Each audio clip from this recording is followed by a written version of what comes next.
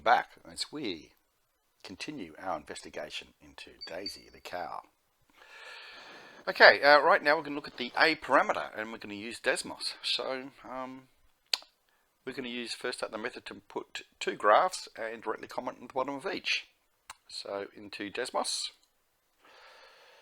and start graphing. So y equals sin x, and I guess y equals sin x, and we're going to change the A parameter to 4. Okay, now this program defaults into radians, but I am just going to go here and adjust the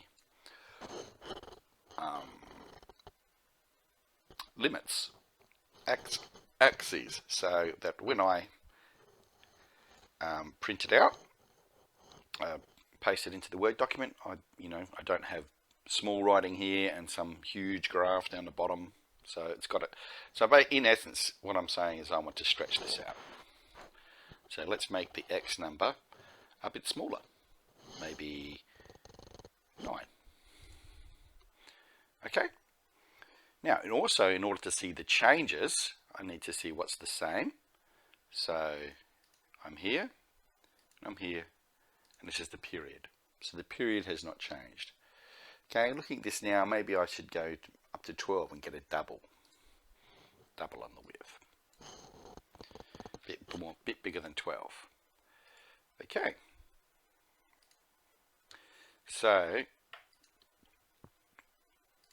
I want to show that the period of the blue graph and the red graph is the same.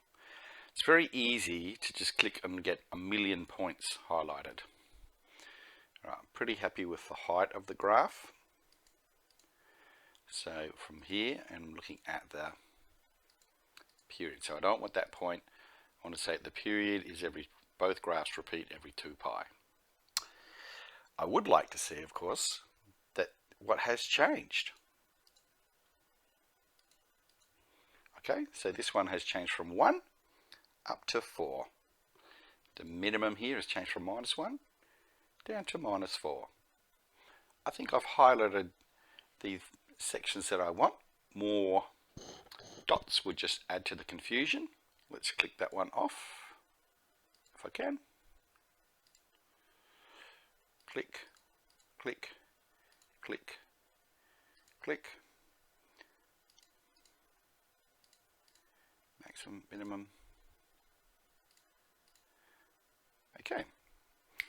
So I'm ready to paste this into Word. So we're simply going to make a new Word page.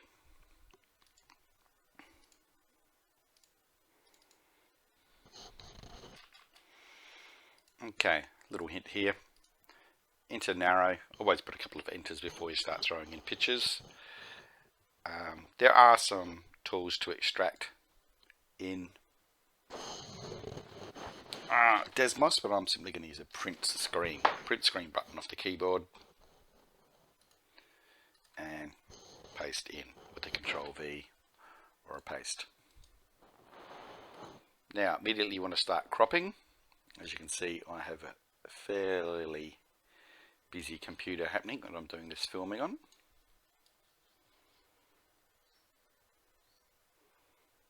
Okay, some sort of heading.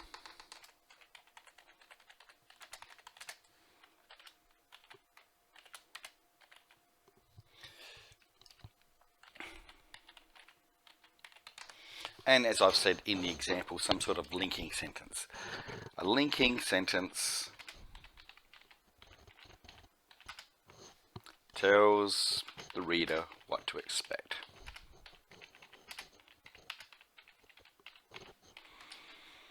Okay, something like, I will now generate graphs that compare a different A value with the original function. I did not set this up beforehand. I apologize for that. Page width. Okay. Now what I would like to see is perhaps an improvement that I could clearly put all my original functions in a dotted line. But what I'm about to do is right click here and add a caption.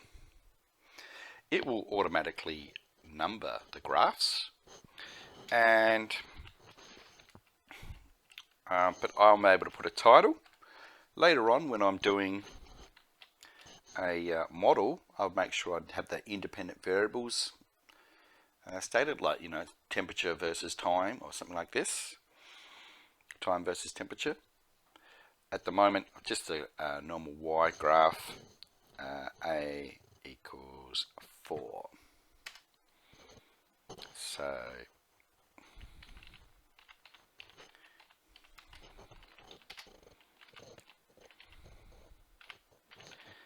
a small comment about what I can see. Let's just choose a clearer word, the variation. Increases the variation in the graph. Variation. Okay. Now the cool thing about is this, when if I was to put another graph in, this would automatically change to figure 2. Okay, so a little comment, what's changed, what's the same. I'm just going to use some dot points initially, and then we might rewrite them. Is the vertical height of maximum and minimum points. However,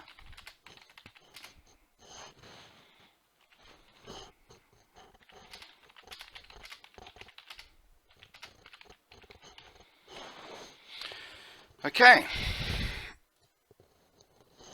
Right, so let's put this into a better sentence. In figure 1.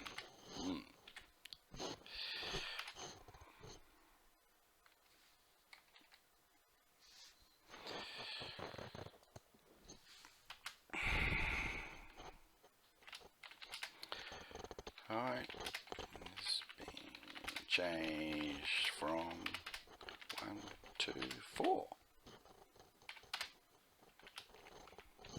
So, however, the period remains 2. Now, I've got to get all on top of this because you're going to be writing this a few times. So, insert symbol, find pi. Once you start using it, you can copy and paste this guy around a lot for both graphs. Okay, so that's the idea is we'll just make a quick illumination of what has changed on the graph, and then we're going to go through, do this 2 or 3 times